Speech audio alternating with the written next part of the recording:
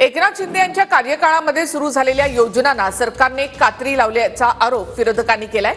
आनंदाचा शिधा आणि शिवभोजन थाळी योजनेला बजेटमध्ये तरतूद करण्यात आलेली नाही आणि त्यामुळे या योजना बंद केल्याचा आरोप विरोधकांनी केलाय।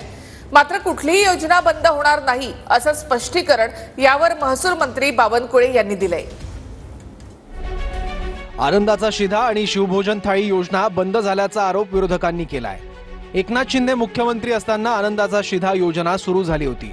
शिंदेंनी सुरू केलेल्या योजना बंद करण्यात येत आहेत असा आरोप विरोधकांनी केलाय। शिंदे साहेबांच्या काळामध्ये मुख्यमंत्री असताना ज्या ज्या विविध योजना तिथं काढल्या गेल्या होत्या त्या बऱ्याचशा योजना अप्रत्यक्षपणे प्रत्यक्षपणे या बजेटमध्ये नाव न घेतल्यामुळे त्या कॅन्सल झाल्यात असं आपल्याला तिथं म्हणावं लागेल। त्यांच्या अंतर्गत काहीतरी कुरघोड्या असल्यामुळे फक्त त्या शिंदे साहेबांनी सुरू केल्या म्हणून आता बंद करायच्यात असा कुठला निर्णय जर दादांमध्ये आणि मुख्यमंत्र्यांमध्ये झाला असेल तो त्यांनाच त्या ठिकाणी माहिती नाही, तर शिंदे साहेबांना माहिती। ह्या सगळ्या योजना निवडणुकीच्या संदर्भात डोळ्यासमोर ठेवून निवडणुका तयार केल्या होत्या मतं घेण्यासाठी सगळ्यांची। आता पुढली 4 वर्ष निवडणुका नाही आहेत। निवडणुका आधीचा जेव्हा अर्थसंकल्प तयार करतील चौथा अर्थसंकल्प तेव्हा या योजना येतील। शिवजयंती, गुढीपाडवा आणि गणेशोत्सवात आनंदाचा शिधा देण्यात येत होता। दसरा आणि दिवाळीलाही आनंदाच्या शिधाचं वाटप व्हायचं। यासाठी 602 कोटी रुपये खर्च व्हायचे। यंदा मात्र गुढीपाडवा काही दिवसांवर आला असताना योजनेसाठी निधी देण्यात आलेला नाही। आनंदाचा शिधा आणि योजनेसंदर्भात अर्थमंत्र्यांचं भाषण आणि तरतुदींमध्ये कोणताही उल्लेख करण्यात आलेला नाही। शिंदेंच्या योजना आनंदाचा शिधा आता निवडणूक आनंदाने होऊन गेली। आता तुम्ही आनंदाचा शिधा विधा काय नको म्हणून ती बंद केलेली आहे।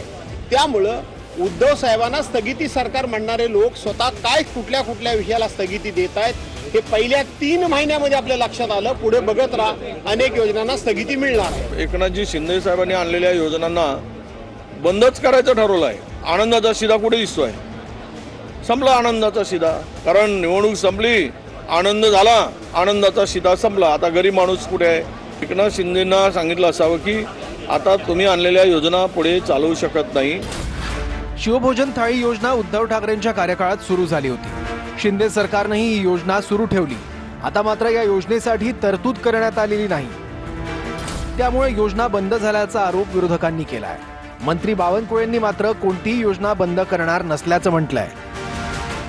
माननीय देवेंद्रजींनी आपल्याला एक नाही 4 वेळा सांगितलंय। सरकार म्हणून मी सांगतोय, देवेंद्र फडणवीसजींचं सरकार, आमचं सरकार कुठलीही योजना बंद करणार नाही।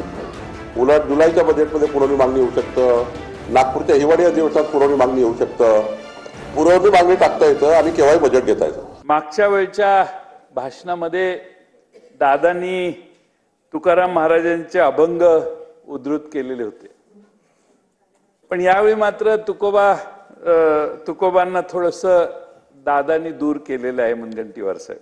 पण तुकोबाच्या बरोबर आता एकनाथालाही दूर सारायचा प्लॅन तयार केलेला आहे।